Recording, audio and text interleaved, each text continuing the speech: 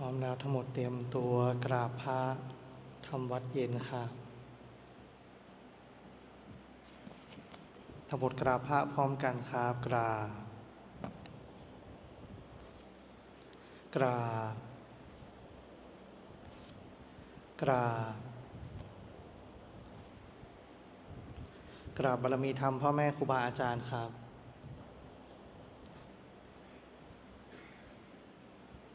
เปิดหนังสือหน้าที่7นะครับ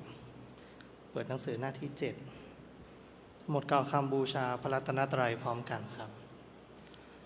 อิมินาสการเรนะพุทธังอภิปูชยามะอิมินาสการเรนะ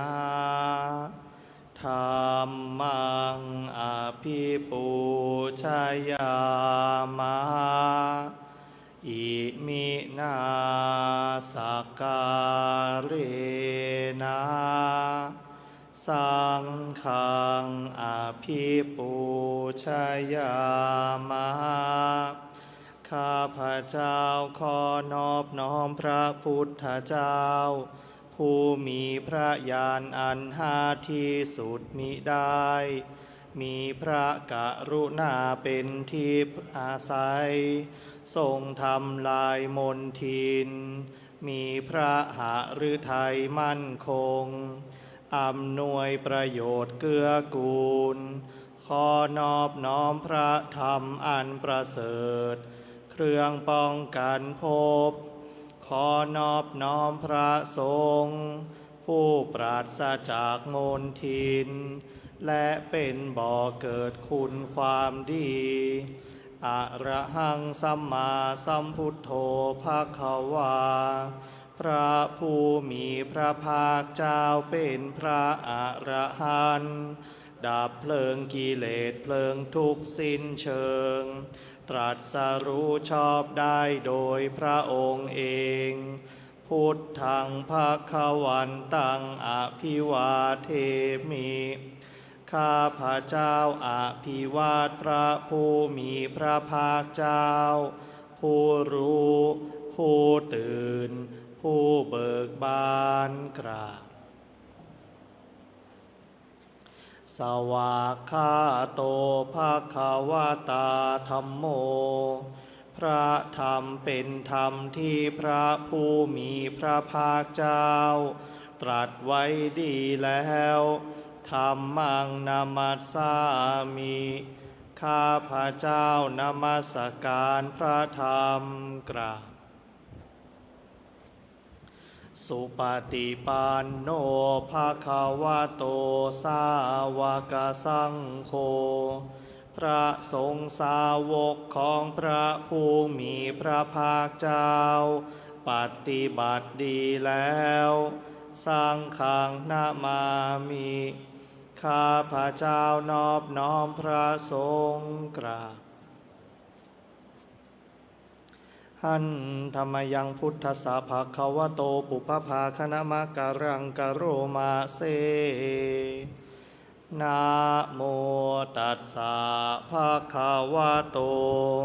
ขอนอบน้อมแด่พระพุทธเจ้าพระองค์นั้นอะระหะโตซึ่งเป็นผู้ไกลจากกิเลสสัมมาสัมพุทธัสสะตรัสรู้ชอบได้โดยพระองค์เองนะโมตัสสะภะคะวะโตขอนอบน้อมแด่พระพุทธเจ้าพระองค์นั้นอะระหะโตซึ่งเป็นผู้ไกลจากกิเลสสัมมาสัมพุทธัสสะตรัสรู้ชอบได้โดยพระองค์เองนะโมตัสสะภะคะวะโตขอนอบน้อมแด่พระพุทธเจ้าพระองค์นั้นอะระหะโตซึ่งเป็นผู้ไกลจากกิเลสสัมมาสัมพุทธัสสะ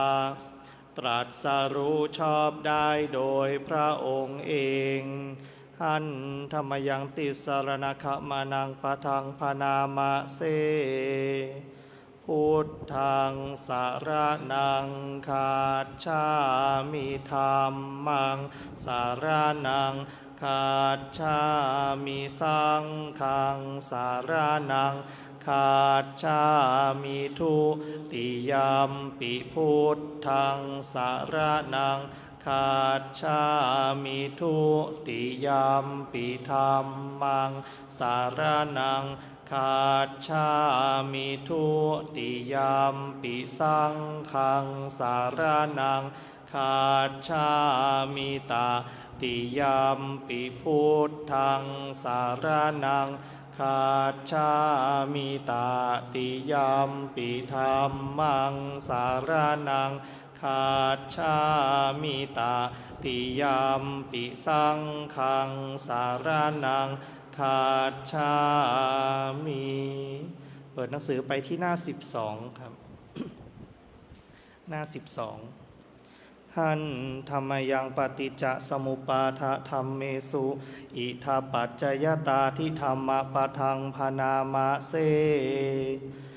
อิทะภิกขเวอริยสาวโกปฏิจจสมุปาทันเยวะสาธุกังโยนิโสมนสิกโรติภิกษุทั้งหลายอริยสาวกในธรรมวินัยนี้ย่อมกระทำไว้ในใจโดยแยบคายเป็นอย่างดีซึ่งปฏิจจสมุปบาทนั้นเทียวดังนี้ว่าอิมัสสมิงสติอิตังโหติเมื่อสิ่งนี้มีสิ่งนี้ย่อมมีอิมัสสุปาทาอิทังอุปัชชาติเพราะความเกิดขึ้นแห่งสิ่งนี้สิ่งนี้จึงเกิดขึ้นอิมัสสมิงอสติอิทังนะโหติเมื่อสิ่งนี้ไม่มีสิ่งนี้ย่อมไม่มีอิมัสสะนิโรธาอิทังนิรุชชติเพราะความดับไปแห่งสิ่งนี้สิ่งนี้จึงดับไปยะทิทังได้แก่สิ่งเหล่านี้คืออวิชชาปัจจยาสังขาราเพราะมีอวิชชาเป็นปัจจัยจึงมีสังขารทั้งหลายสังขาระปัจจยาวิญญาณังเพราะมีสังขารเป็นปัจจัยจึงมีวิญญาณวิญญาณปัจจยานามรูปังเพราะมีวิญญาณเป็นปัจจัยจึงมีนามรูปนามรูปปัจจยาสลายตานังเพราะมีนามรูปเป็นปัจจัยจึงมีสลายตนะสลายตนะปัจจยาภัสโสเพราะมีสลายตนะเป็นปัจจัยจึงมีผัสสะผัสสะปัจจยาเวทนาเพราะมีผัสสะเป็นปัจจัยจึงมีเวทนาเวทนาปัจจยาตัณหาเพราะมีเวทนาเป็นปัจจัยจึงมีตัณหาตัณหาปัจจยาอุปาทานังเพราะมีตัณหาเป็นปัจจัยจึงมีอุปาทานอุปาทานาปัจจยาภโวเพราะมีอุปาทานเป็นปัจจัยจึงมีภพภวะปัจจยาชาติเพราะมีภพเป็นปัจจัยจึงมีชาติชาติปัจจยาชรามรณังโสกะปริเทวะทุกขโทมนัสสุปายาสาสัมภวันติเพราะมีชาติเป็นปัจจัย ชรามรณะโสกะปริเทวะทุกขโทมนัสสุปายาสะ จึงเกิดขึ้นครบถ้วน เอวะเมตัสสะเกวลัสสะทุกขขันธัสสะสมุทโยโหติความเกิดขึ้นพร้อมแห่งกองทุกข์ทั้งสิ้นนี้ ย่อมมีด้วยอาการอย่างนี้อวิชชายตะเววะอาเสสะวิราคะนิโรธาสังขาระนิโรโธเพราะความจางคลายดับไปโดยไม่เหลือแห่งอวิชชานั้นเทียว จึงมีความดับแห่งสังขารสังขาระนิโรธาวิญญาณนิโรโธเพราะมีความดับแห่งสังขารจึงมีความดับแห่งวิญญาณวิญญาณนิโรธานามรูปะนิโรโธเพราะมีความดับแห่งวิญญาณจึงมีความดับแห่งนามรูปนามรูปะนิโรธาสาลายตนะนิโรโธเพราะมีความดับแห่งนามรูปจึงมีความดับแห่งสาลายตนะสาลายตนะนิโรธาผัสสะนิโรโธเพราะมีความดับแห่งสาลายตนะจึงมีความดับแห่งผัสสะผัสสะนิโรธาเวทนานิโรโธเพราะมีความดับแห่งผัสสะจึงมีความดับแห่งเวทนาเวทนานิโรธาตัณหานิโรโธเพราะมีความดับแห่งเวทนาจึงมีความดับแห่งตัณหาตัณหานิโรธาอุปาทานานิโรโธเพราะมีความดับแห่งตัณหาจึงมีความดับแห่งอุปาทานอุปาทานานิโรธาภาวะนิโรโธเพราะมีความดับแห่งอุปาทานจึงมีความดับแห่งภพภาวะนิโรธาชาตินิโรโธเพราะมีความดับแห่งภพจึงมีความดับแห่งชาติชาตินิโรธาชรามรณังโสกะปริเทวะทุกขโทมนัสสุปายาสานิรุชชันติเพราะมีความดับแห่งชาตินั่นแลชรามรณะโสกะปริเทวะทุกขโทมนัสอุปายาสะทั้งหลายจึงดับสิ้นเอวะเมตัสสะเกวลัสสะทุกขขันธัสสะนิโรโธโหติติความดับลงแห่งกองทุกข์ทั้งสิ้นนี้ย่อมมีด้วยอาการอย่างนี้ดังนี้เปิดหนังสือไปที่หน้า88ครับหน้า88หันธรรมยังธรรมนิยตาสุตะปะทังพนามาเส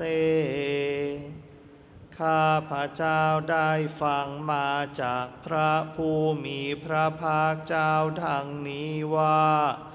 ในสมัยหนึ่งพระผู้มีพระภาคเจ้าเสด็จประทับอยู่ในพระเชตวันมหาวิหารของท่านอนาถบิณฑิกเศรษฐีในเมืองสาวัตถีในการครั้งนั้นแลพระผู้มีพระภาคเจ้าได้ตรัสเตือนสติภิกษุทั้งหลายให้ตั้งใจฟังและพิจารณาตามพระดำรัสของพระองค์ครั้งเมื่อภิกษุเหล่านั้น กราบทูลด้วยความเคารพพร้อมที่จะรับฟังแล้ว พระผู้มีพระภาคเจ้าจึงได้ตรัสอย่างนี้ว่า ดูก่อนภิกษุทั้งหลายความเกิดขึ้นของพระตถาคตเจ้าทั้งหลายหรือความไม่เกิดขึ้นแห่งพระตถาคตเจ้าทั้งหลายสักแต่ว่าเป็นธาตุที่ตั้งอยู่กำหนดอยู่แล้วตามธรรมดาว่าเป็นสังขารคือรูปนามที่มีเหตุมาจากธาตุทั้งหลายประชุมกันโดยมีอวิชชาตัณหากรรมปรุงแต่งขึ้นล้วนแต่ไม่เที่ยงมีความแปรปรวนไปเป็นธรรมดาเราตถาคตรู้พร้อมเฉพาะอยู่ถึงเฉพาะอยู่ส่วนธาตุนั้นครั้นรู้พร้อมเฉพาะแล้วบอกกล่าวแสดงบัญญัติแต่งตั้งแล้วเปิดเผยจำแนกทำความให้ตื่นขึ้นเป็นที่เข้าใจง่ายว่าสังขารคือรูปนามที่มีเหตุทั้งหลายมาจากธาตุทั้งหลายประชุมกันโดยมีอวิชชาตัณหากรรมปรุงแต่งขึ้นล้วนแต่ไม่เที่ยงมีความเกิดขึ้นตั้งอยู่แปรปรวนไปแล้วก็ดับไปเป็นธรรมดาดังนี้ดูก่อนภิกษุทั้งหลายความเกิดขึ้นของพระตถาคตเจ้าทั้งหลายหรือว่าความไม่เกิดขึ้นแห่งพระตถาคตเจ้าทั้งหลายสักแต่ว่าเป็นธาตุที่ตั้งอยู่มีอยู่กำหนดอยู่แล้วตามธรรมดาว่าเป็นสังขารคือรูปนามที่มีเหตุมาจากธาตุทั้งหลายประชุมกันโดยมีอวิชชาตัณหากรรมปรุงแต่งขึ้นล้วนแต่เป็นทุกข์เหลือทนทนต่อการถูกกระทบกระทั่งเบียดเบียนไม่ได้เราตถาคตรู้พร้อมเฉพาะอยู่ถึงพร้อมเฉพาะอยู่ส่วนธาตุนั้นครั้นรู้พร้อมเฉพาะแล้วถึงพร้อมเฉพาะแล้วเอาบัญญัติแต่งตั้งแล้วเปิดเผยจำแนกทำความให้ตื่นเป็นที่เข้าใจง่ายว่าสังขารคือรูปนามที่มีเหตุมาจากธาตุทั้งหลายประชุมกันโดยมีอวิชชาตัณหากรรมปรุงแต่งขึ้นล้วนแต่เป็นทุกข์เหลือทนทนต่อการถูกกระทบกระทั่งเบียดเบียนไม่ได้ดังนี้ดูก่อนภิกษุทั้งหลายความเกิดขึ้นของพระตถาคตเจ้าทั้งหลายหรือว่าความไม่เกิดขึ้นแห่งพระตถาคตเจ้าทั้งหลายสักแต่ว่าเป็นธาตุที่ตั้งอยู่มีอยู่กำหนดอยู่แล้วตามธรรมดาว่าเป็นธรรมสองอย่างคือเป็นรูปธรรมที่มีเหตุมาจากธาตุทั้งหลายประชุมกันโดยมีอวิชชาตัณหากรรมปรุงแต่งขึ้นอย่างหนึ่งและอีกอย่างหนึ่งคือธรรมที่ไม่ใช่รูปนามไม่มีอวิชชาตัณหากรรมปรุงแต่งขึ้นทั้งหมดล้วนแต่เป็นอนัตตามิใช่ตัวตนมิใช่ของเราไม่มีอะไรเป็นแก่นสารของเราต้องสลายไปเราตถาคตรู้พร้อมเฉพาะอยู่ถึงพร้อมเฉพาะอยู่ส่วนธาตุนั้น ครั้นรู้พร้อมเฉพาะแล้วถึงพร้อมเฉพาะแล้วบอกกล่าวแสดงบัญญัติแต่งตั้งแล้วเปิดเผยจำแนกทำความให้ตื่นเป็นที่เข้าใจง่ายว่าธรรมทั้งหลายคือรูปนามที่มีเหตุมาจากธาตุทั้งหลายประชุมกันโดยมีอวิชชาตัณหากรรมปรุงแต่งขึ้นนี้อย่างหนึ่งและอีกอย่างหนึ่งเป็นธรรมที่มิใช่รูปนาม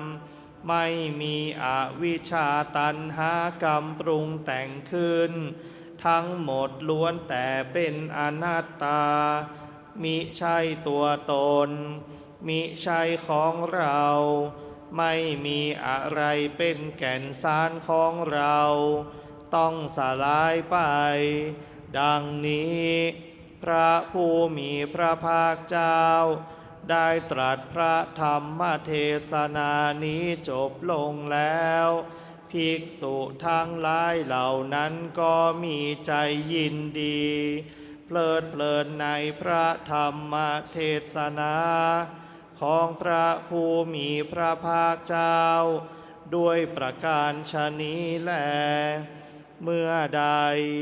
บุคคลเห็นอยู่ด้วยปัญญาว่าสังขารทั้งหลายทั้งปวงไม่เที่ยงเมื่อนั้นเขาย่อมเบื่อหน่ายในทุกข์การเห็นและเบื่อหน่ายอย่างนี้เป็นทางแห่งความหมดจดเมื่อใดบุคคลเห็นอยู่ด้วยปัญญาว่า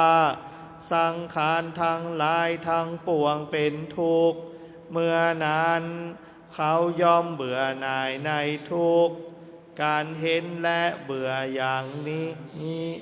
เป็นทางแห่งความหมดจดเมื่อใดบุคคลเห็นอยู่ด้วยปัญญาว่าธรรมทั้งหลายทั้งปวงเป็นอนัตตาเมื่อนั้นเขาย่อมเบื่อหน่ายในทุกข์การเห็นและเบื่อหน่ายอย่างนี้เป็นทางแห่งความหมดจดในบรรดามนุษย์ทั้งหลายชนผู้เข้าไปถึงฝั่งคือพระนิพพานมีประมาณน้อยมากทีเดียวส่วนหมู่สัตว์คือชนที่เหลือนอกจากนี้ย่อมแล่นเลาะไปตามชายฝั่งเกาะสักกายทิฏฐิอยู่นั่นเทียวสำหรับหมู่ชนที่มีปกติประพฤติตามธรรมที่พระตถาคตเจ้าทรงกล่าวไว้แล้วโดยชอบก็จักถึงฝั่งคือพระนิพพานล่วงพ้นวัฏฏะสงสารอันเป็นที่ตั้งแห่งมัจจุคือกิเลสมารที่บุคคลข้ามได้ยากยิ่งนั้นไปได้บัณฑิตควรจะละธรรมอันดำเสียแล้วพึงเจริญธรรมอันขาวให้มากขึ้นโดยอาศัยเอาจิตเกาะพระนิพพานแดนที่ไม่มีตัณหาออกจากตัณหาอะไรแล้วพึงละกามทั้งหลายเป็นผู้ไม่มีความกังวลยินดีในพระนิพพานอันสงัดที่ใครๆยินดีได้โดยยากนั้นบัณฑิตควรทำจิตให้ผ่องแผ้วจากกิเลสเครื่องเศร้าหมองทั้งหลายดังนี้แลสำหรับการสวดสาธยายธรรมในช่วงเย็นก็เอาไว้แต่เพียงเท่านี้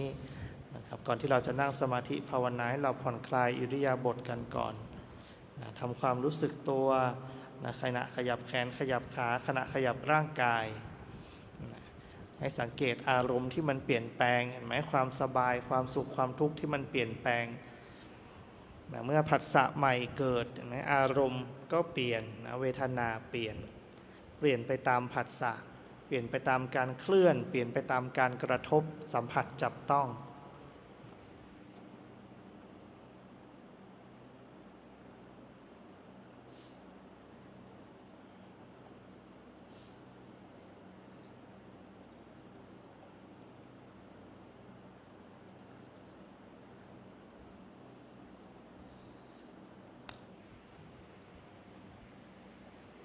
นั่งสบายๆนะ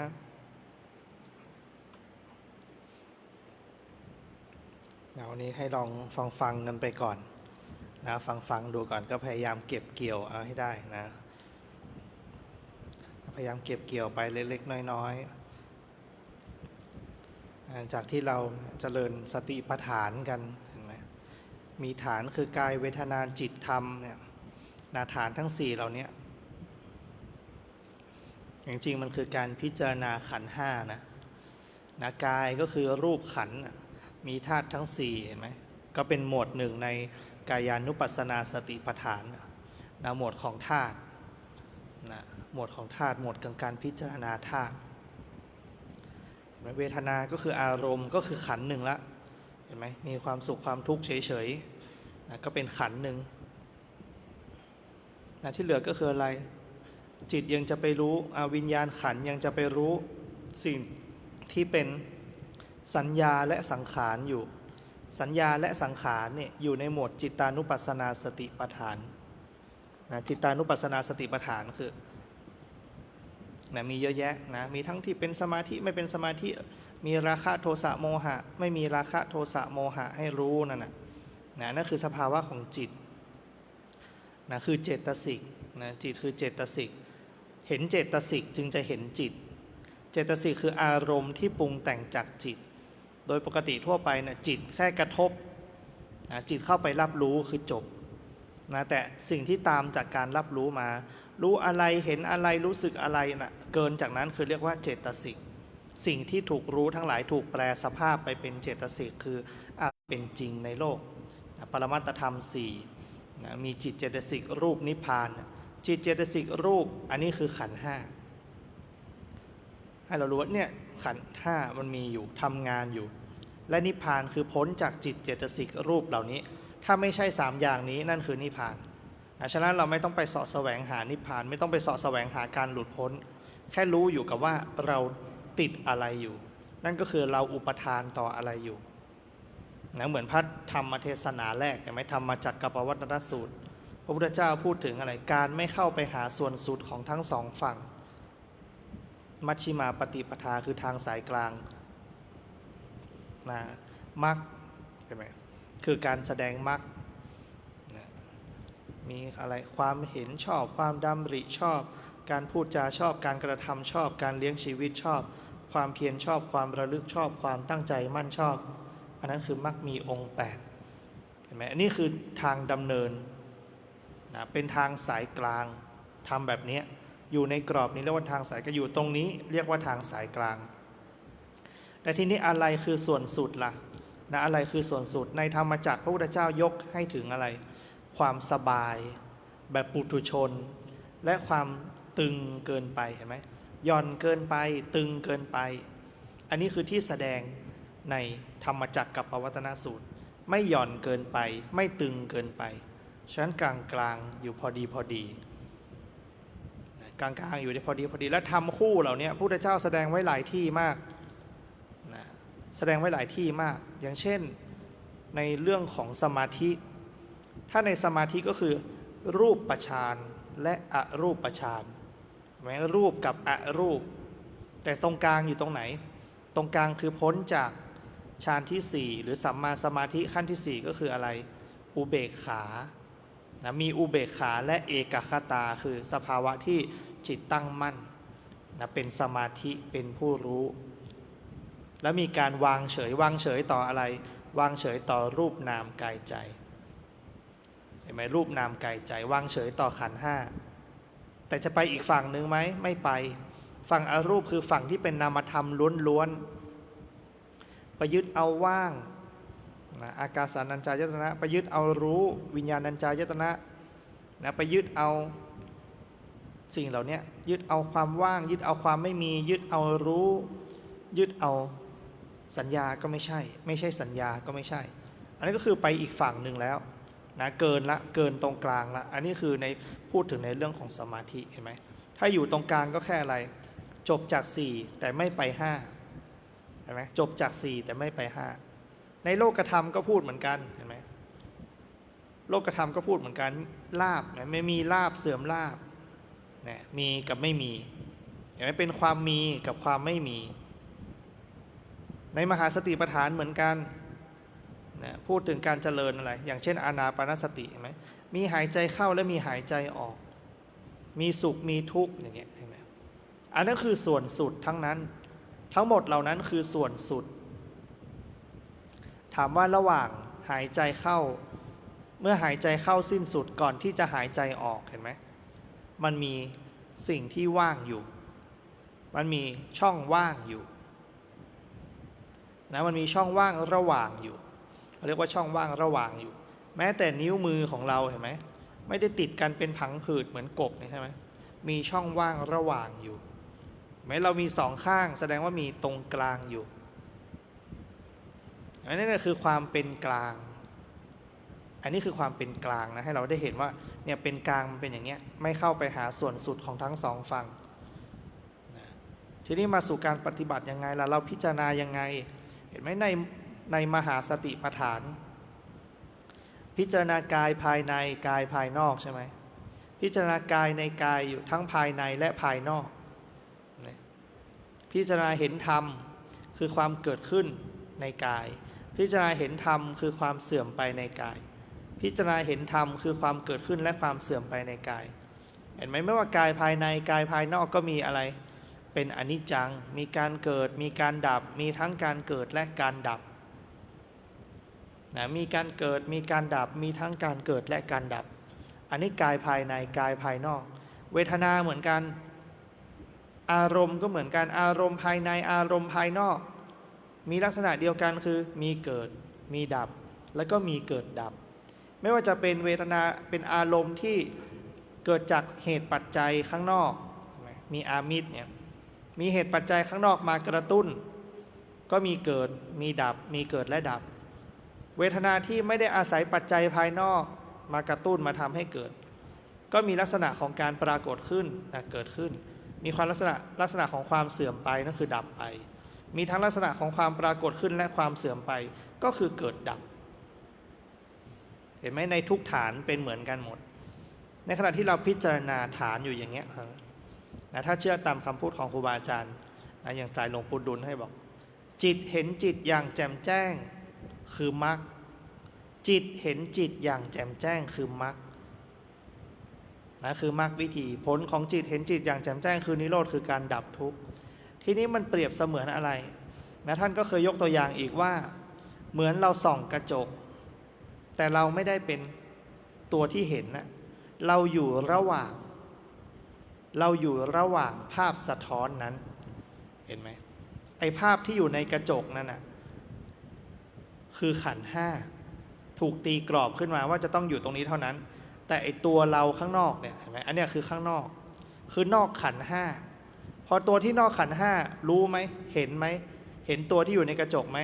เห็นแล้วเป็นยังไง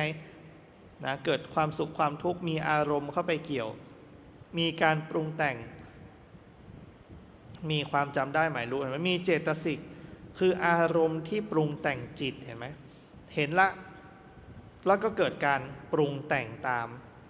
เหมือนเวลาผู้หญิงแต่งหน้าเห็นไหมนะเขียนคิ้วโค้งหรือยังทาปากเป็นยังไงเห็นไหมปัดแก้มแดงเกินไปหรือเปล่าอย่างเงี้ยเห็นไหมนะคอนทัวร์อะไรก็ไม่รู้เยอะแยะนะเห็นไหมแต่งเป็นยังไงเป๊ะหรือยังปังหรือยังอย่างผู้ชายก็เอาเซตผมอย่างเงี้ยเห็นไหมทำผมเนี้ยบหรือยังมีเส้นไหนโดขึ้นมาบ้างหรือเปล่าอย่างเงี้ยแล้วเราก็ปรุงแต่งมันปรุงแต่งภาพที่เห็นในกระจกเห็นไหมเราไม่ได้ดูภาพจริงละเราดูภาพในกระจกก็เปรียบเสมือนกับเรากำลังยึดมีอุปทานในขันธ์ห้ากระจกก็ตัวที่เห็นในกระจกน่ะคือขันธ์ห้ามันมีกรอบอยู่แต่เมื่อไหร่เป็นไงออกจากหน้ากระจกเห็นอยู่ไหมไม่เห็นแล้วนะอันนั้นคือจิตที่อยู่ข้างนอกขันธ์ห้าถ้าจิตคือสภาพรู้จิตคือธรรมชาติที่รู้อารมณ์อารามนังจินเตติติจิตตังธรรมชาติใดย่อมคิดธรรมชาตินั้นชื่อว่าจิตก็คือจิตมีสภาพรู้อารมณ์เฉยๆฉะนั้นทุกอย่างที่ถูกรู้นั้นเรียกว่าอารมณ์เช่นเราหายใจเข้าหายใจออกรู้สึกไหมลมหายใจนี่แหละคืออารมณ์ในทางปฏิบัติเรียกว่าอารมณ์ความสุขความทุกข์รู้สึกไหมนั่นน่ะสิ่งที่ถูกรู้สึกนั่นแหละเรียกว่าอารมณ์ อาจจะคนละตัวกับขันธ์ห้านะอันนี้คือพูดถึงในเรื่องของจิตนะพูดถึงเฉพาะในเรื่องของจิต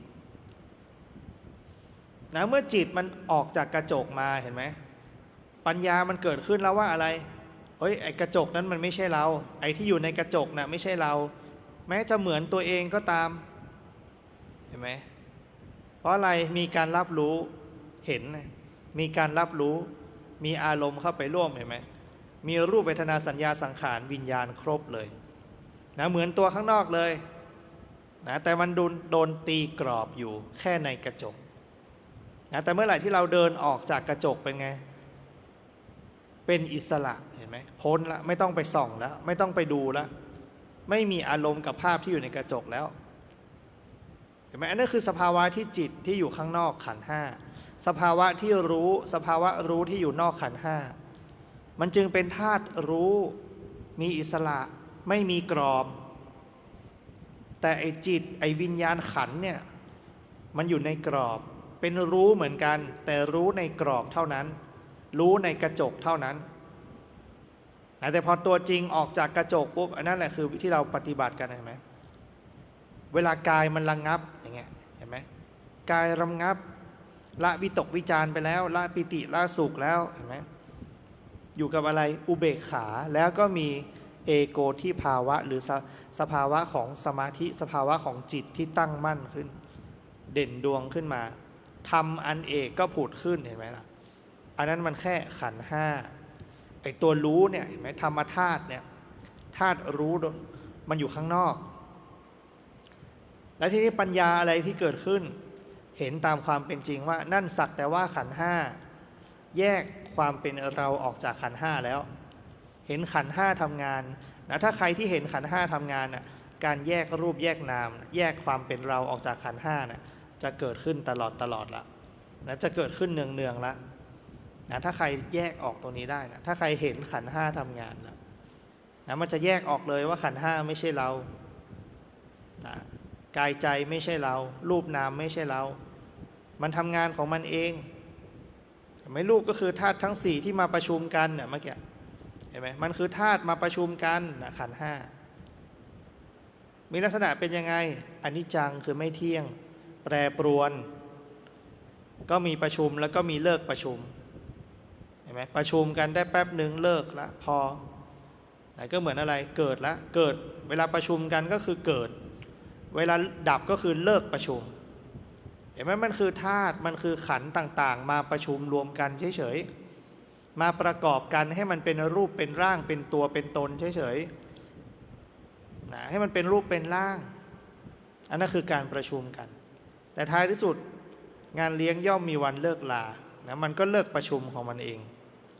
นะก็แยกแตกสลายกันไปแล้วแตกสลายไปมีประชุมใหม่ไหมไอ้ธาตุเหล่านี้เดี๋ยวมันก็ไปประชุมกันใหม่ประชุมกันใหม่แล้วเดี๋ยวมันก็เลิกอีกนะอย่างเงี้ยเรื่อยๆเป็นอย่างเงี้ยไปเรื่อยๆมันเป็นอย่างเงี้ยไปเรื่อยๆแต่ในขณะนั้นน่ะเราน่ะเป็นฝ่ายที่อะไรจ้องเข้าไปอยู่ในกระจกนั่นแหละดูมันอยู่นั่นแหละเห็นไหมเหมือนเราดูตัวเองในกระจกอ่ะส่องซ้ายส่องขวาอยู่อย่างนั้นอ่ะเห็นไหมเปลี่ยนท่าเปลี่ยนทางเปลี่ยนวันแล้วก็ยังส่องอยู่นะเช้าส่องบ่ายส่องเย็นส่องเห็นกระจกเมื่อไหร่ไม่ได้ต้องมองนั่นน่ะคืออุปทานคือความยึดมั่นถือมั่นแต่เราไม่ได้กลับไปดูความเป็นจริงไม่ได้กลับไปดูธาตุรู้ที่มันเป็นอิสระอยู่นอกกระจกเห็นไหมแต่ธาตุรู้นั้นก็เป็นไงมีลักษณะอยู่นะมันคือส่วนสุดคือข้างนอกก็ยังไม่ใช่สิ่งที่จะทำให้หลุดพ้นเพราะยังเป็นอะไรอยู่ยังเป็นจิตอยู่เห็นไหมที่ท่านว่าจิตเห็นจิตอย่างแจ่มแจ้งคือมรรคเนี่ยก็คืออะไรจิตข้างนอกเห็นจิตข้างในอย่างแจ่มแจ้งนี่แหละคือมรรคคือการดำเนินคือมีสติคอยระลึกรู้อยู่ว่าอะไรนี่ไงไอ้ในกระจกน่ะมีความทุกข์มีเหตุให้เกิดทุกข์มีการดับทุกข์มีการดำเนินสู่การดับทุกข์เห็นความเป็นอริยสัจสี่เห็นว่าไอ้ในกระจกเนี่ยไม่ใช่เรามันคืออะไรสัญญาและสังขาร สัญญาคือความจำได้หมายรู้ว่าเนี่ยใช่โอ้ยเหมือนเราเป๊ะเลยเห็นไหมแต่อยู่อะไรฝั่งตรงข้ามกันเฉยๆแสดงว่ามันตรงข้ามกับความเป็นจริงเห็นไหมสมมุติขึ้นมานะไอตัวในกระจกนั่นน่ะเห็นไหมทำตามอะไรทำตามไอตัวข้างนอกเนี่ยมันคิดเห็นไหมทำตามตัวข้างนอกแต่มันเป็นสิ่งที่อะไรสมมุติขึ้นมาในกรอบเท่านั้นมันไม่ใช่ตัวจริงเห็นไหมมันไม่ใช่ตัวจริงนะนี่แหละคือจิตที่อยู่ข้างนอกขันกับจิตที่อยู่ในขันจิตที่อยู่ในขันมันก็รู้ในกรอบจิตที่อยู่นอกขันคือธาตุรู้โดยธรรมชาตินะเป็นสักแต่ว่าธาตุรู้ก็มันคือธาตุที่รู้เฉยๆแต่เมื่อไหร่ที่มองเข้าไปในกระจกคืออะไรการปรุงแต่งในปรุงแต่งในเจตสิกนั้นนะก็มีสัญญามีสังขารอยู่เห็นไหมนั่นแหละคือที่มาที่ไปนั่นแหละคือความยึดล่ะเรายึดในสัญญายึดในสังขารนึกคิดปรุงแต่งอยู่อย่างนั้น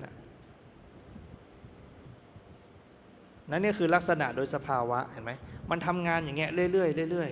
ๆทีนี้ตรงกลางคืออะไรล่ะเห็นไหมไม่ใช่ทั้งธาตุรู้ไม่ใช่ทั้งสิ่งที่เข้าไปรู้ไม่ใช่ทั้งสิ่งที่ถูกรู้เห็นไหมตรงนี้แหละคือนิพพานคือสภาวะที่ไม่มีเกิดไม่มีดับมีอยู่แล้วเห็นไหมไม่มีกรอบไม่มีตัวเพราะเป็นแค่ระหว่างอยู่แค่ตรงกลาง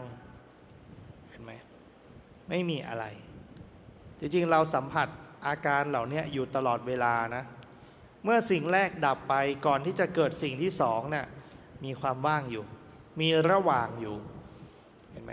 เหมือนกับเวลาความสุขมันหายไปความทุกข์ไม่ได้เกิดทันทีนะเห็นไหมไปถึงความอะไรมันแค่คือความไม่มีจากที่มันมีอะไรความสุขพอความสุขหายก็เกิดเป็นความไม่มีก่อนใช่ไหมยังไม่ทุกข์นะมันคือไม่มีคือไม่มีความสุขไม่มีความทุกข์คือความไม่มีแต่พอเป็นยังไงเราอุปทานเรายึดความสุขเราติดใจติดรสของความสุขเราจึงอะไรโหยหาความสุขพอโหยหาความสุขโหยหาสิ่งที่มันไม่มีละทีนี้เป็นยังไงล่ะปรากฏความไม่มีขึ้นก็เลยปรากฏความทุกข์ขึ้นเห็นไหมแต่พอทุกข์มันดับไปสุขเลยไหมก็ยังเห็นไหมมันก็ไปค้างอยู่ในความไม่มีก่อนแล้วเราก็ระลึกได้ว่าไอ้อาการที่เราไม่ปรารถนานั้นมันหายไปแล้วนะแล้วมันถึงจะเริ่มอะไรรู้สึกดีขึ้นเบาขึ้นสบายขึ้นผ่อนคลายมากขึ้นพอผ่อนคลายเป็นไงมีความสุขเกิดเนี่ยสลับกันไปแล้วเราก็ไปโหยหามันอีกเวลาสุขมันหายเวียนกันไปอยู่อย่างเงี้ยเกิดดับเกิดดับเปลี่ยนแปลงสลับกันไปสลับกันมาอยู่อย่างนี้แหละนั่นคือการปฏิบัติของเราเนี่ยเป็นไปเพื่อเห็นสิ่งเหล่านี้ไหนเห็นลักษณะมันอย่างเงี้ยนะไม่เข้าไปหาส่วนสุดนะช่องว่างระหว่างฉะนั้นทำก็ตามนะไม่ทำก็ตามจึงไม่ใช่แนวทางนะต้องอยู่ตรงกลางกลางจริงๆนะถ้ากลางจริงๆเราจะเกินกว่ารู้ไม่ได้นะรู้ก็เป็นของเรื่องอีกเรื่องหนึ่งเห็นไหมรู้ก็เป็นภายนอกสิ่งที่ถูกรู้ก็เป็นภายในนะระหว่างนั้นไม่มีอะไรนะฉะนั้นเราต้องมองให้เห็นว่าอะไรเห็นสิ่งที่รู้เห็นสิ่งที่รู้กับสิ่งที่ถูกรู้นั่นก็คือเห็นขันธ์ห้าทำงานกับเห็นจิตที่เข้าไปรู้ขันธ์ห้าทำงานเห็นลมหายใจเข้าออกและก็เห็นอะไรเห็นว่ามีสิ่งหนึ่งไปรู้ลมหายใจเข้าสิ่งหนึ่งไปรู้ลมหายใจออกเห็นไหมไม่ว่าลมหายใจหรือสิ่งที่ไปรู้ลมหายใจล้วนแล้วแต่เป็นของไม่เที่ยงเป็นทุกข์ไม่ใช่ตัวตนไม่เที่ยงเป็นทุกข์ไม่ใช่ตัวตน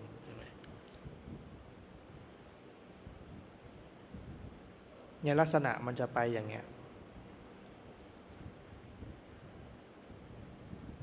นะมันจะเชื่อมโยงกันหมดเลย เห็นไหมไม่ว่าจะพูดถึงในธรรมในหมวดไหนในลักษณะเดียวกันหมดไม่มีสองฝั่งแล้วให้เราตั้งมั่นดูมันอยู่ตรงกลางคอยดู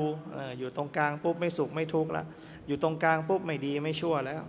อยู่ตรงกลางปุ๊บไม่มีกุศลอกุศลอยู่ตรงกลางไม่มีละเป็นสมาธิหรือไม่เป็นสมาธิอันนั้นเรื่องของมันแล้วเรื่องของจิตเรื่องของเจตสิกเรื่องของรูปแล้วเห็นไหมที่เหลือคืออะไรสักแต่ว่าเห็นสิ่งเหล่านั้นทำงานของมันเองไม่มีความเป็นเราเข้าไปเกี่ยวไม่ต้องรอการสั่งไม่ต้องรอการกำหนดเห็นไหมเป็นไปตามธรรมชาติเป็นไปตามเหตุปัจจัยมีเหตุก็เกิดหมดเหตุก็ดับบังคับไม่ได้นั้นเราเจริญภาวนาเพื่อให้เห็นอย่างนั้นเราเจริญสติปัฏฐานไม่อยู่กับฐานเพื่อให้เห็นว่าอะไรฐานมันก็เปลี่ยนแปลงไอ้สิ่งที่ไปตั้งอยู่บนฐานก็เปลี่ยนแปลงล้วนแล้วแต่เป็นของไม่เที่ยงเห็นไหมความเป็นเราไม่ได้ตั้งอยู่ในนั้นความเป็นเราไม่ได้ตั้งอยู่ภายในความเป็นเราก็ไม่ได้ตั้งอยู่ภายนอกความเป็นเราไม่ได้ตั้งอยู่ที่ไหนเลยไม่มีในอดีตไม่มีในอนาคตไม่มีในปัจจุบันอันนี้พัทธิยสูตรนะพัทธิยสูตรกล่าวไว้นะตัวเธอไม่มีในไหนเลยเห็นไหมเพราะว่าอะไรเห็นทุกอย่างเป็นเพียงสักแต่ว่ารู้เนี่ยหลวงพ่อท่านเทศให้รู้อย่างเดียวนะเกินจากนั้นคือรู้คือจิตเกินจากรู้คือเจตสิกรู้คือจิตเกินจากรู้คือเจตสิกความเป็นรูปนามคือรูปกับนามแยกกันนะความเป็นรูปคือของหยาบนามคือของละเอียดแต่ก็เป็นสิ่งที่อะไรถูกรู้เมื่อถูกรู้ก็มีเจตสิกรู้อะไรอย่างเงี้ยไหมรู้กายนะกายเป็นเจตสิกมันคืออารมณ์ที่ปรุงแต่งเกินจากรู้เข้าไปลมหายใจอย่างเงี้ยก็เป็นเจตสิกการรู้เป็นจิตลมหายใจเป็นเจตสิกเห็นไหมเกิดขึ้นต่อเนื่องสืบเนื่องกันเกิดพร้อมกันเลยเกิดแทบจะพร้อมกันเลยเห็นไหมรู้ลมหายใจเห็นไหมจิตและเจตสิกคืออารมณ์ที่ปรุงแต่งจิตจิตคือรู้เจตสิกคือเกินจากรู้มันไปรู้ในไหนในรูปเห็นไหมเนี่ยก็เป็นการทำงานของมันเป็นการทำงานของโลกเป็นอย่างนั้นแหละเห็นไหมจิตเจตสิกรูปนี่แหละจึงเป็นโลเกเป็นโลกเป็นสิ่งที่เราต้องถอดถอนความยึดมั่นถือมั่นถ้าเราละตรงนี้ได้เราหมดอุปทานในโลกก็คือหมดอุปทานในรูปนามกายใจหมดอุปทานในขันธ์ห้าหมดอุปทานในจิตเจตสิกรูปก็จะพ้นจากความเปลี่ยนแปลงพ้นจากความสุขความทุกข์พ้นจากความอยากได้อยากมีอยากเป็นความไม่อยากได้ไม่อยากมีไม่อยากเป็นพ้นจากทุกอย่างเพราะมันคือสุญญตาคือความไม่มี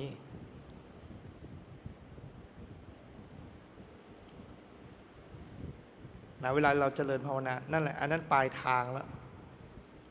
มันจะเป็นไปอย่างนั้นเป็นไปเพื่อสิ่งนั้นอันที่เราดูให้เห็นนะดูให้เห็นว่าสิ่งหนึ่งไปรู้สิ่งหนึ่งถูกรู้สองสิ่งนั้นไม่ใช่เรา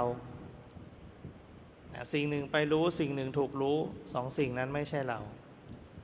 ฉะนั้นนี่แหละจิตเห็นจิตอย่างแจ่มแจ้งคือมรรคผลของจิตเห็นจิตอย่างแจ่มแจ้งคือนิโรธคือการดับทุกข์ได้เห็นไหมอยู่ๆมันไปดับไม่ได้หรอกเห็นไหมทุกข์คือตัณหาไงตัณหาในกามตัณหาในความมีความเป็นตัณหาในความไม่มีไม่เป็น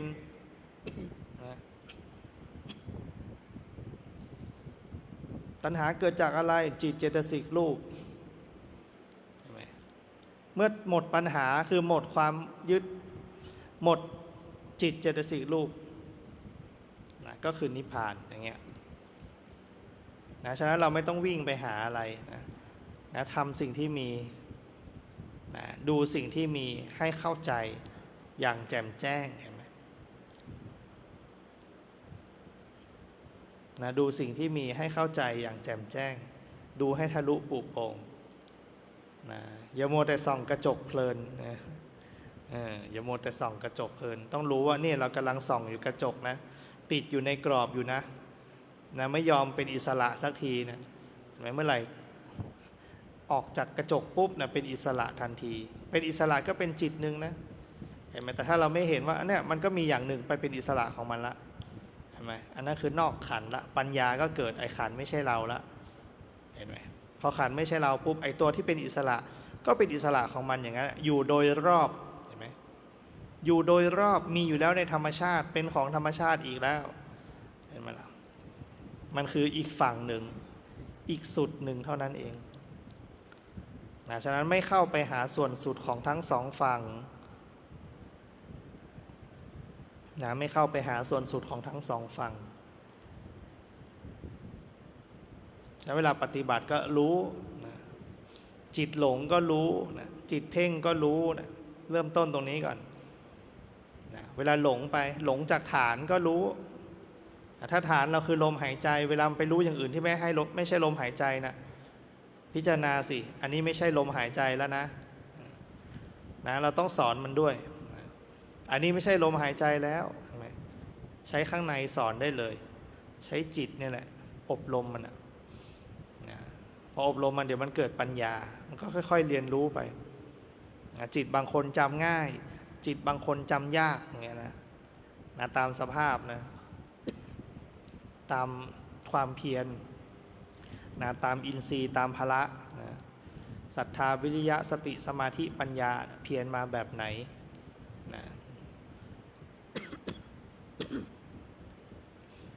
สุดท้ายที่สุดเราก็ต้องเพียรแบบนั้นต่อไปเรื่อยๆเรื่อยๆเรื่อยๆจนกว่าจะสรุปได้จนกว่าปัญญามันจะเกิด ความเพียรของเรามันทำให้ข้อมูลเต็มเฉยๆแต่ถ้าข้อมูลเต็มปุ๊บก็สอบจบได้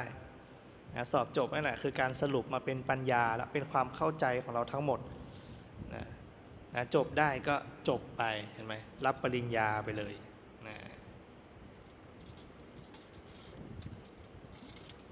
ลักษณะมันเป็นอย่างนี้ฉะนั้นการพิจารณาของเราเนี่ยให้ดูอย่างนี้แหละเรื่อยๆเห็นไหมแค่ดูอย่างเงี้ยมันไปถึงการหลุดพ้นได้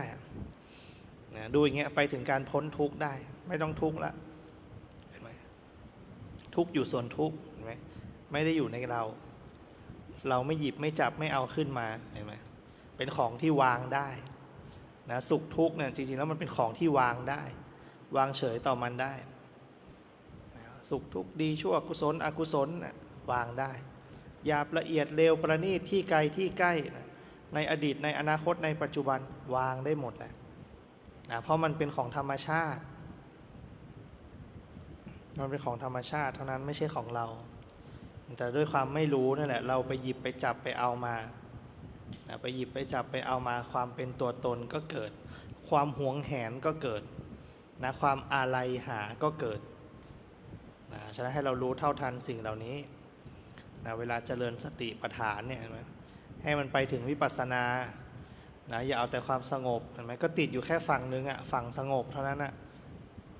บางคนก็มัวแต่คิดฟุ้งซ่านไปเนาะบางทีมันก็ฟุ้งซ่านในธรรมนั้นก็ติดวิปัสสนาไปเยอะนะมันก็เป็นกิเลสอย่างหนึ่งนะวิปัสสนูกิเลสเรียกวิปัสสนูกิเลสเป็นกิเลสที่เกิดจากวิปัสสนายิ่งไปติดตัวเนี้ยทำให้มีมานะเกิดขึ้นความเป็นตัวตนเกิดขึ้นเยอะกูเก่งฉันเก่งฉันรู้อะไรอย่างเงี้ยให้เรารู้เท่าทันมันไม่ได้ผิดนะไม่ได้เป็นบาปนะไม่ใช่ว่าโอ้ทำอย่างนี้รู้อย่างนี้ละถือตัวถือตนอย่างนี้แล้วมันจะต้องทุกข์ระทมอย่างเดียวมันจะต้องไปที่ต่ำอย่างเดียวไม่ใช่หรอกให้เรารู้อะไรก็ตามให้รู้อะไรเกิดขึ้นให้รู้พิจารณามันให้ได้คือดูให้ได้ดูให้ออกดูจริงกับดูลวงให้ออกดูสิ่งที่ถูกรู้กับสิ่งที่ไปรู้ให้ออกดูการทำงานของกายของใจให้ออกดูให้ชัดดูให้เกิดปัญญาว่าเราไม่ได้สั่งมันไปเองเราควบคุมไม่ได้มันไปเองมันอยู่ในสภาพเดิมไม่ได้มันไปเองพอไปเดี๋ยวมันก็มาเปลี่ยนแปลงก็เปลี่ยนแปลงเองใช้ไตรลักษณ์นั่นแหละใช้อนิจจังทุกขังอนัตตาเนี่ยแหละเห็นไหม เหมือนธรรมนิยามสูตรที่เราสวดกันไปในวันนี้เห็นไหมมีพระพุทธเจ้าไม่มีพระพุทธเจ้าก็เป็นอย่างนี้แหละเห็นไหมมีความไม่เที่ยงเป็นทุกข์ไม่ใช่ตัวตนทั้งนั้นแหละเห็นไหมพุทธเจ้าจะบอกหรือไม่บอกเห็นไหมพระปัจเจกจะเกิดไม่เกิดพระพุทธเจ้าจะเกิดไม่เกิดพระโพธิสัตว์จะเกิดไม่เกิดเราจะเกิดไม่เกิดจะเป็นตัวอะไรก็ตามสิ่งเหล่านี้มันมีอยู่แล้วเป็นอยู่แล้วโดยธรรมชาติไม่มีเปลี่ยนแปลงทุกอย่างมันเป็นอนิจจังนี่แหละเห็นไหมเป็นความไม่เที่ยงนี่แหละคือคงที่อยู่ในความไม่เที่ยงเห็นไหมมีลักษณะที่ตายตัวนะไม่ว่าวันเมื่อวานวันพรุ่งนี้วันนี้ไม่เหมือนกันหมดนะเปลี่ยนแปลงตลอดเวลานี่แหละคือความเป็นจริงทนสภาพเดิมไม่ได้นี่แหละคือความเป็นจริงไม่ใช่ตัวตนควบคุมไม่ได้นี่แหละคือความเป็นจริงความจริงที่ไม่มีเปลี่ยนแปลงแต่สิ่งที่อยู่ภายใต้ความเป็นจริงนั่นแหละเปลี่ยนแปลงสิ่งที่เป็นไปตามกฎไตรลักษณ์เห็นไหมมันเป็นแค่กฎนะกฎไม่เคยเปลี่ยนเหมือนกฎหมายไม่เปลี่ยนนะกฎหมายไม่เคยเปลี่ยนแต่ผู้อยู่ภายใต้กฎหมายเปลี่ยนเหมือนกันธรรมะไม่เคยเปลี่ยนแต่ธรรมชาตินั้นเปลี่ยนอะไรที่มันเปลี่ยนแปลงนั่นแหละธรรมชาติอะไรที่มันไม่เปลี่ยนแปลงนั่นแหละธรรมะให้เราดูไว้นะให้เราคอยระลึกคอยรู้ตัวไว้นะวันนี้ก็เล่าสู่กันฟังนะเก็บเกี่ยวไปก่อนนะพูดไปก่อนนะเดี๋ยวไปสรุปอีกทีนึงอยู่ดีนะอันนี้พูดไปก่อนนะตามที่ประมวลออกมาได้นะเดี๋ยวต้องไปลำดับกันอีกเนี่ยพูดไว้นั่นแหละเดี๋ยวตัวเองจะลืมไม่ใช่หรอกนะก็เลยพูดไปก่อนนะกันลืมนะเดี๋ยวจะได้ไปสรุปแล้วก็ไปค้นคว้าอีกหน่อยอย่างเงี้ยนะเพื่อเอาพระสูตรเข้ามารองรับนะจริงมันก็มีอยู่ในพระสูตรหลายๆที่นะอันนี้คือสิ่งที่มันเชื่อมโยงกันนะสิ่งที่เราขาดก็คือผู้ปฏิบัติธรรมส่วนใหญ่จะขาดการเชื่อมโยงธรรมนะเพราะธรรมมันไหลไปในทิศทางเดียวกันนะมันไม่เคยขัดแย้งกันนะมันไหลเป็นน้ำไปทางเดียวกันหมดนะลักษณะของธรรมเป็นอย่างนั้นถ้าเมื่อไหร่ธรรมขัดแย้งละอันนั้นไม่ใช่ละอันนั้นไม่ใช่ธรรมอันนั้นไม่ใช่ธรรมในแบบพุทธศาสนาไม่ใช่ธรรมะที่พระพุทธเจ้าบัญญัติไว้นะธรรมะที่พระพุทธเจ้าบัญญัติไว้ทำเพียงหยิบมือเพื่อไปสำหรับอะไรสำหรับการพ้นทุกข์นะสำหรับการพ้นทุกข์เท่านั้นแต่ถ้าธรรมอื่นมันล้วนแต่ขัดแย้งกันไปธรรมดานั่นแหละธรรมอื่นๆในโลกกันไหมมีมากมายนะธรรมที่เป็นอกุศลธรรมที่เป็นกุศลธรรมที่เป็นกลางมีอยู่มากมายใช่ไหมพระพุทธเจ้าเปรียบเหมือนอะไรเหมือนใบไม้ในป่ามีเยอะนะแต่ธรรมที่พาไปสู่การหลุดพ้นเนี่ยมีแค่1 กำมือเท่านั้นนะ1 กำมือเท่านั้นพระพุทธเจ้าหยิบมา1 กำมือนั่นแหละนะเป็นพระไตรปิฎกเนี่ยนะเห็นไหมกำมือเดียวนะประกอบกับธรรมอื่นๆเนี่ยมันก็เป็นสิ่งที่ขับเคลื่อนโลกไปเรื่อยๆขับเคลื่อนวัฏฏะสงสารไปเรื่อยๆนะหลอกล่อให้สัตว์มันจมอยู่อย่างเงี้ยนะหลอกล่อให้พวกเราเนี่ยจมอยู่กับมันนะเห็นไหมความสุขความทุกข์เนี่ยความสำเร็จความล้มเหลวอย่างเงี้ยนะมันก็หลอกล่อกันไปอย่างเงี้ยเรื่อยๆดีใจเสียใจอย่างเงี้ยนะให้เรายึดติดกับสิ่งนั้นเหมือนกระจกนั่นแหละเห็นไหมพอมีก็ต้องส่องนะฉะนั้นอย่าติดนานนะอย่าส่องนานนะส่องพอประมาณนะแล้วออกไปใช้ได้ละออกไปใช้ชีวิตนะไปเห็นอิสระได้แล้วนะไปสู่อิสระภาพได้แล้วนะวันนี้พอสมควรแก่เวลาเรามีสติรู้ลมหายใจออกมีสติรู้ลมหายใจเข้ามีสติรู้กายทำความรู้สึกตัวผ่อนคลายอิริยาบถ